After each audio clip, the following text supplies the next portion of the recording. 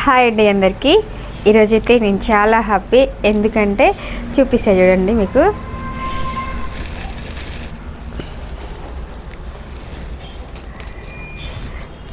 చూసారు కదా star fruit.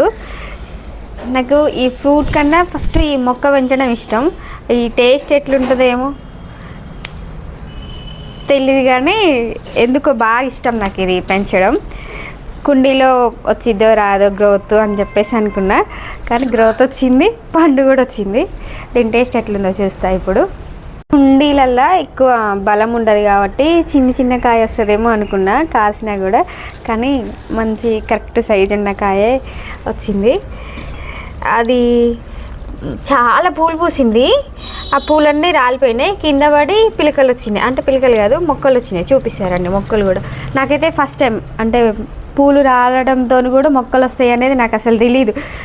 నేను చూసాను, మా పాప చెప్పింది ఫస్ట్, మమ్మీ ఇది సేమ్ ఇదే చెట్టు, ఈ పూలు రాలిపడ్డాయి కదా, అది వచ్చింది మమ్మీ అని.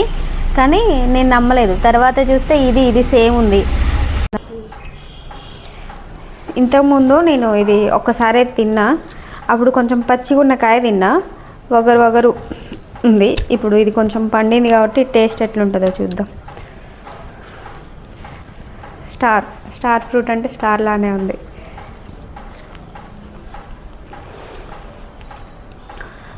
ఇది టేస్ట్ ఎట్లుందంటే దోర చింతకాయ ఉంటుంది కదా, అటు పండకుండా ఇటు పచ్చిగా ఉండకుండా దోర చింతకాయ అట్లుంది.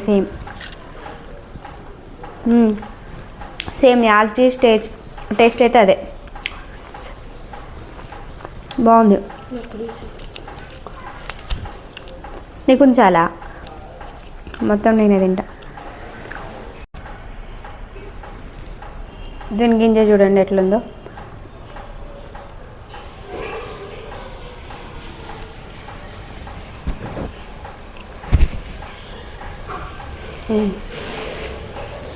తింటావా? ఉంచనా? ఆపిగా.